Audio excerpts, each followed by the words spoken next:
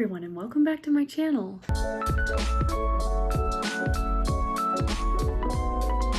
First of all, I'd like to start this video by saying I'm sorry I look so crusty. Usually, like literally earlier today, not even like 2 hours ago, I looked like this, and then I took a shower and took all my makeup off, and now here we are.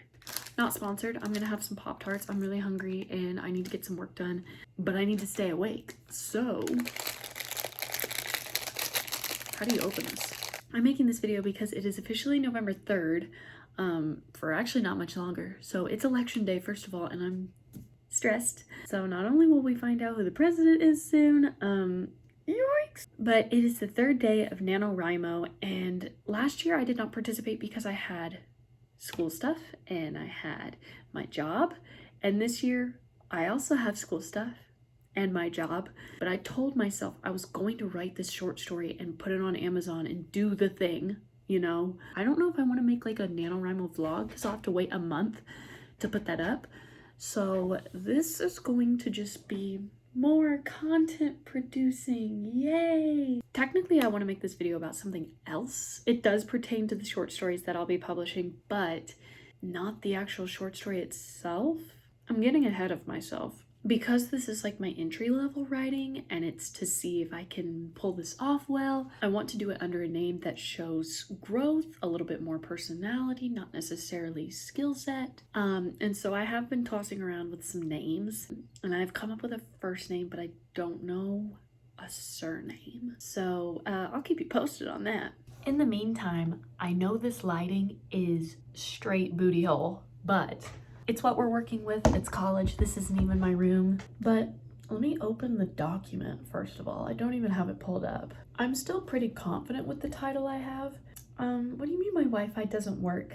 Because each title is going to have like something at the beginning that matches every one, and then it'll be different each story, each ship, you know what I'm saying? I am looking sick. I almost said the title. Open the document. Okay, so looking at stats for the story so far, we are at 5,462 words. Not bad. However, some of it is like plot mapping at the bottom so that I know where I'm at. So if I don't include that, 5,163. So we have hit 5,000 words.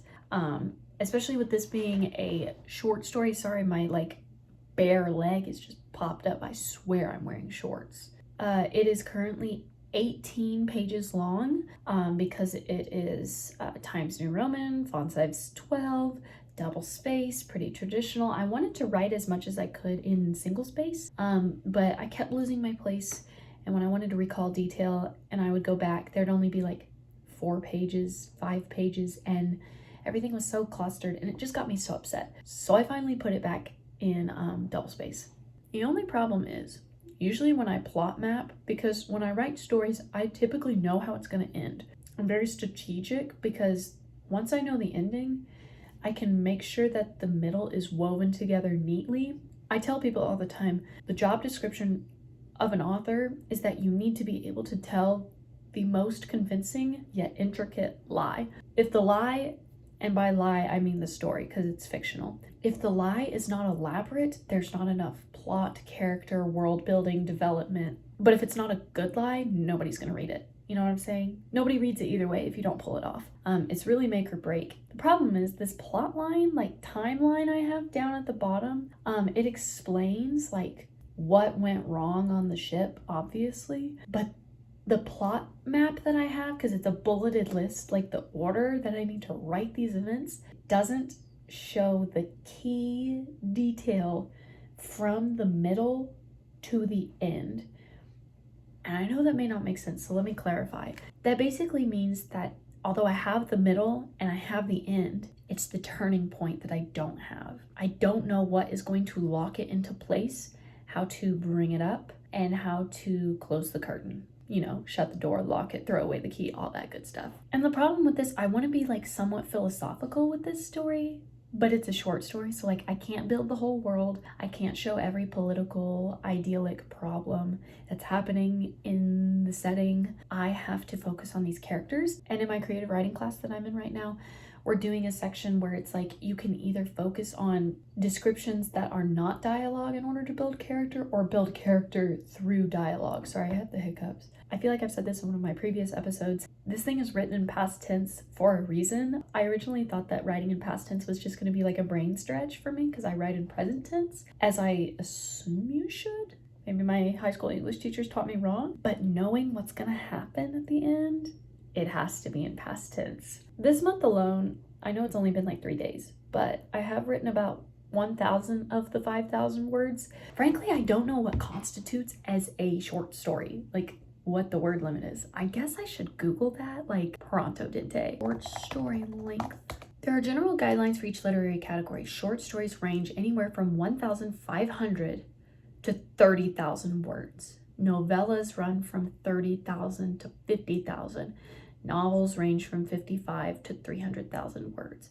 But I wouldn't recommend aiming for the high end, as books the length of War and Peace aren't exactly the easiest to sell. Okay, so I can either make these short stories or I could make them novellas. I don't think I want to make them novellas though. I want there to be a lot more room for questions. You know, maybe some I can answer, maybe I can just leave it up to your imagination.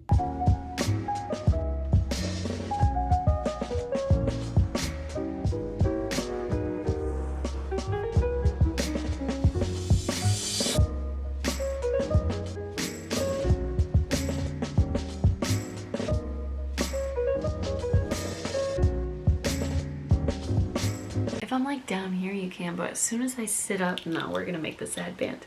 I feel a little festive tonight. Let's put the bow on for some flair. Not a single peep came out of me. Hello everyone, welcome back. Wait, I've already filmed an intro for this video. I'm dumb. It is now November, is it past midnight? My phone's on my charger. It is 10:55, so it is November 7th. I'm wearing my blue scarf because as of right now, and if we keep the faith, the Biden-Harris ticket has won the election. Huge day in history. Blue wave, I'm here for it, I'm supporting it. But since the last time I talked to you, I was doing my NaNoWriMo stuff, and I've put a little bit of stuff in it today as well. Let me pull up the document. My biggest issue with writing as of late is I can't figure out the filler content, the transition points that get to the big stuff that get to the end. So I just avoided it. And today I spent a good chunk outlining the epilogue. Each story is gonna have an epilogue, which I'm really excited about. And so for the epilogue, I'm switching POVs. So you get one person's POV the whole story, and then the epilogue, as of right now, it changes POV.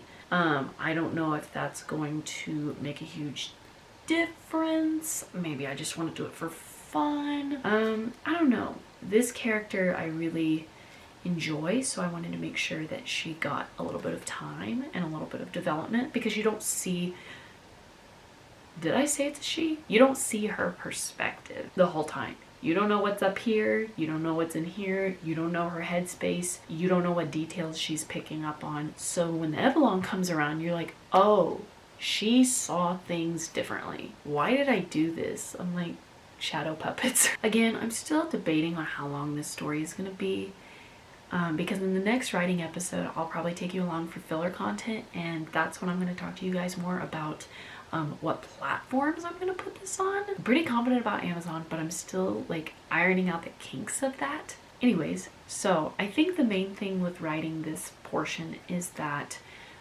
for the epilogue, it's definitely not going to end up being the story that like is ideal, I suppose.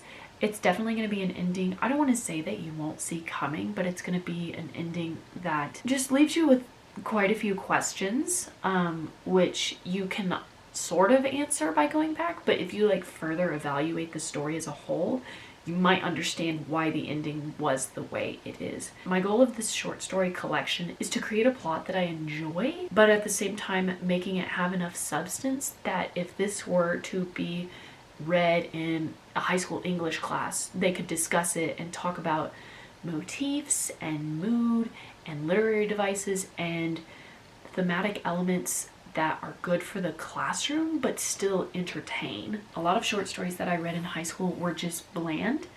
they weren't engaging and I didn't like it, and we had to cut it apart and try and figure out what the significance of it was.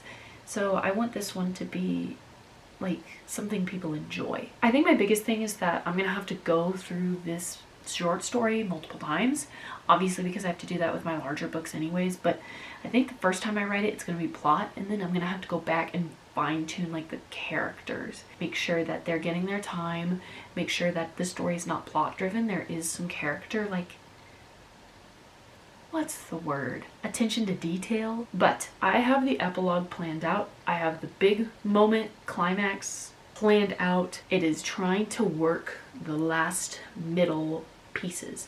And I think I'll write it in the short way, and then I'll go back and I'll edit it and I'll see if it flows well or if I need to add more. Because I will say, in this short story collection, this story needs to come first. However, this is not the one that I have been dying to write. I don't know if I mentioned this in like my first video, but when I thought of these short stories, it came to me as a dream, but this story was not the one that came in my sleep. The one that actually came in my sleep is going to be story number 4. And it's funny, now that I've spent so much time on this one, I may need to like rethink story number 4, but story number 4 was the one that really got into my head. I think that may be the one that I enjoy writing the most, that will have the most detail. Dare I say it, this one may be one of the shortest ones, because this is more just to like set the scene, get readers to understand the concept of what each story is going to be about, but show the individual aspect. Also, this is not my genre of like